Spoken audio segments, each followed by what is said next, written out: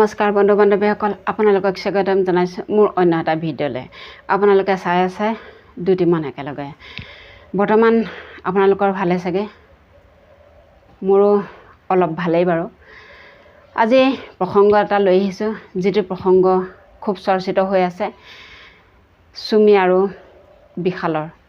গতিকে চাওক, ইমান এটা ধুনীয়া তেওঁলোকৰ প্ৰতিভা আছিলে। সেই প্ৰতিভাখিনি যদি তেওঁলোকে সম্পূৰ্ণৰূপে গঢ়ি তুলিলেহেঁতেন, তেতিয়া হয়তো গোটেই অসমখনত, গোটেই ভাৰতবৰ্ষত তেওঁলোক জিলিকি থাকিলেহেঁতেন। চুমি বৰাই কি নাজানে, ইমান ধুনীয়া তেওঁ নৃত্য কৰে, অভিনয় কৰে, তাৰ লগতে তেওঁ মাত কথা খুব মধুৰ আছিলে, খুব ভাল আছিলে। কিন্তু সেইখিনিকে নকৰি তেওঁলোকৰ কিহৰ প্ৰলোভনত পৰি আজি তেওঁলোকৰ এনেকুৱা এটা কথা ওলাই পৰিলে, গোটেই কথাখিনি তেওঁলোকৰ গোটেই জীৱন উৰেটো জীৱন সাঙুৰ খাই গ'ল আৰু সেই গোটেই জীৱনটো তেওঁলোকৰ ধ্বংস পথলৈ আগবাঢ়ি গ'ল। কাৰণ বিশালে প্ৰলোভন দিছিলে বুলি কৈছিলে চুমি বৰাক, কিন্তু টকাই ভাল মানুহকো বেয়া ফালে টানি নিয়ে, সেইটো সকলোৱে জানে। কিন্তু তেনেস্থলতো কি হয়, কিছুমান কথা চালি জাৰি চাইহে কৰিব লাগে। কাৰণ নিজৰ যিখিনি প্ৰতিভা আছিলে, সেই প্ৰতিভাখিনি যদি বিশালে সম্পূৰ্ণ কৰিলেহেঁতেন, হয়তো তেওঁ এজন জুবিন গাৰ্গৰ দৰে নহ'লেও অন্য এজন শিল্পীৰ দৰে হৈও তেওঁ এই অসমখনত বিখ্যাত হ'ব পাৰিলেহেঁতেন, জিলিকি থাকিব পাৰিলেহেঁতেন সোণৰ দৰে।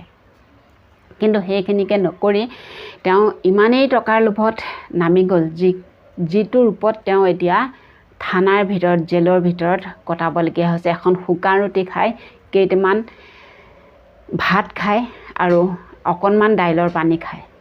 গতিকে সেইটোৱেই নেকি তেওঁৰ জীৱন যাপন।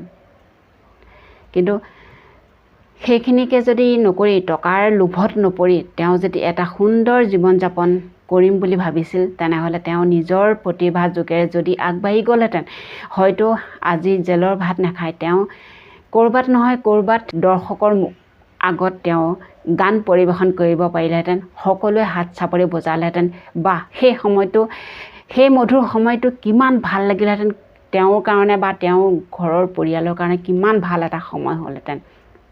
এতিয়া চুমি বৰাৰ যিখিনি কৈছে বিয়াৰ কথা বা কিবা কথা, কিন্তু সেইখিনিত তেওঁ যদি ইচ্ছা নাছিল, বিশালক যদি ভাইটি পাতি লৈছিল, বা বিশালেতো তেওঁক টানি নিয়া নাছিল, তেওঁ টকাৰ লোভত পৰিছিল। ডাঙৰ ডাঙৰ অভিনেতা, গায়ক, ডক্তৰক তেওঁতো প্ৰলোভন দি বিশালৰ ওচৰলৈ লৈ গৈছিলে টকাৰ কাৰণে। কিন্তু ফান্দত যেতিয়া পৰিল, তেতিয়া কথাবোৰ বেলেগ বেলেগ হিচাপে তেওঁক ক'বলৈ ধৰিলে।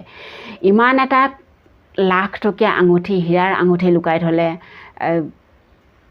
তেওঁৰ লগৰ ঘৰত, বিলাসী বাহন আৰু কিমান যে সোণৰ অলংকাৰ পাতি, এযোৰ পাটৰ কাপোৰ, মানুহে সৰ্বসাধাৰণতে বিয়াত যিযোৰ পাটৰ কাপোৰ দিয়ে, মেইন ছিট দিয়ে, সেইযোৰৰ দাম খুব যে 10,000, 15,000, 20,000। কিন্তু তেওঁক যিযোৰ কাপোৰ বিশালে দিছিল, গিফ্ট দিছিল, সেই কাপোৰযোৰৰ দাম কিমান লাখ আছিল। গতিকে সাধাৰণ মানুহৰ হিচাপত তেওঁলোকৰ যদি ইমান টকা পইচা, সৎ কামৰ যদি তেওঁলোকৰ টকা পইচা আছিল, তেওঁলোকৰ নিজৰ যদি টকা পইচা আছিল, সেইখিনি যিখিনি তেওঁলোকে বিলাসিতা কৰিছিল, বাহিৰত গৈ তেওঁলোকে বিলাসিতা কৰিছিল, ভিডিঅ' বনাইছিল, খাইছিলে, বৈছিলে, সোণৰ পালেঙত শুইছিলে, যদি সেইখিনি তেওঁলোকৰ সৎ কামৰ টকা আছিল, সৎ কামৰ টকা বুলি কৈছিল, নিজৰ ইনকমৰ পইচা বুলি কৈছিলে চুমিয়ে, তেনেহ'লে সেইখিনি তেওঁলোকে দুখীয়া মানুহক, বৃদ্ধ আশ্ৰমত হওক, অনাথ আশ্ৰমত হওক, নিশ্চয় দিব পাৰিলেহেঁতেন অকণমান হ'লেও। তেতিয়া হয়তো মানুহে গম পালেহেঁতেন যে তেওঁলোকৰ এই টকাখিনি সৎ টকা, নিজৰ বাহুবলৰ ইনকম কৰা টকা, নাচি বাগি বা বিশালে গান গাই ইনকম কৰা টকা বুলি অসমৰ মানুহে ভাবিলেহেঁতেন। কিন্তু এতিয়াতো আচলতে চব শেষেই হৈ গ'ল, কাৰণ তেওঁলোক এতিয়া জেলৰ ভিতৰত। হয়তো জেলৰ ভিতৰত খাবলৈ, থাকিবলৈ, শুবলৈ বহুত কষ্ট হৈছে তেওঁলোকৰ, নহয়নে? কাৰণ তেওঁলোক সোণৰ পালেঙত শোৱা মানুহ আৰু বিলাসী বাহনত উঠি ঘূৰি ফুৰা মানুহ, AC বতাহ খাই মুকলি আকাশৰ তলত ওপৰলৈ মুখ মেলি, মানে বায়ুৰ লগত মিলন হৈ তেওঁলোক ঘূৰি থকা মানুহ, প্ৰাকৃতিক পৰিৱেশৰ লগত মিলি থকা মানুহ। গতিকে এতিয়াতো জেলৰ ভিতৰত গৰম গৰম বতাহ পাইছে চাগে, কিমান কষ্টত জীৱন যাপন কৰিবলগীয়া হৈছে নহয়নে? আৰু কেইদিন আপোনালোকে ভাবেনে আৰু কেইদিন এই অৱস্থাটো তেওঁলোক আৰু কেইদিন থাকিব? বেছি দিন নহয়, চাই থাকক। তেওঁলোক ওলাই আহিব আকৌ মুকলি আকাশৰ তলত, আকৌ আগৰ দৰে নাচিব বাগিব, বিষালে গান গাব, চুমিয়াই নাচি বাগি ৰিলছ বনাব, কিবা কৰিব, ক'ৰবাত গৈ এক্টিং কৰিবগৈ, চিনেমাত কোনোবাই এক্টিং কৰিবলৈ ল'ব, আকৌ আগৰ দৰে সকলো ঠিক হৈ গৈছে।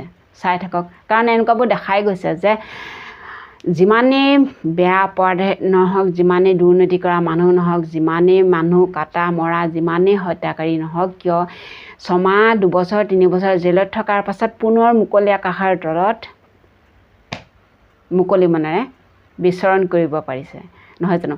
আজি হয়তো মই কথাখিনি বেছিকৈ ক'লোঁ নেকি, ভিডিঅ'টো নহ'লে আৰু বেছি দীঘলীয়া হৈ যাব। গতিকে ইমানতে সামৰিলোঁ। আকৌ অন্য এটা ভিডিঅ' লৈ অহা প্ৰতিশ্ৰুতি আপোনালোকলৈ বহুত বহুত ধন্যবাদ জনাইছোঁ।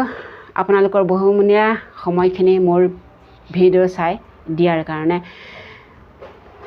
আৰু লগতে এটি কথা কৈ যাওঁ, ভিডিঅ'টো যদি চাই ভাল পায়, ভিডিঅ'সমূহ যদি ভাল পায়, আপোনালোকলৈ মই লৈ আহোঁ এটি বাতৰি।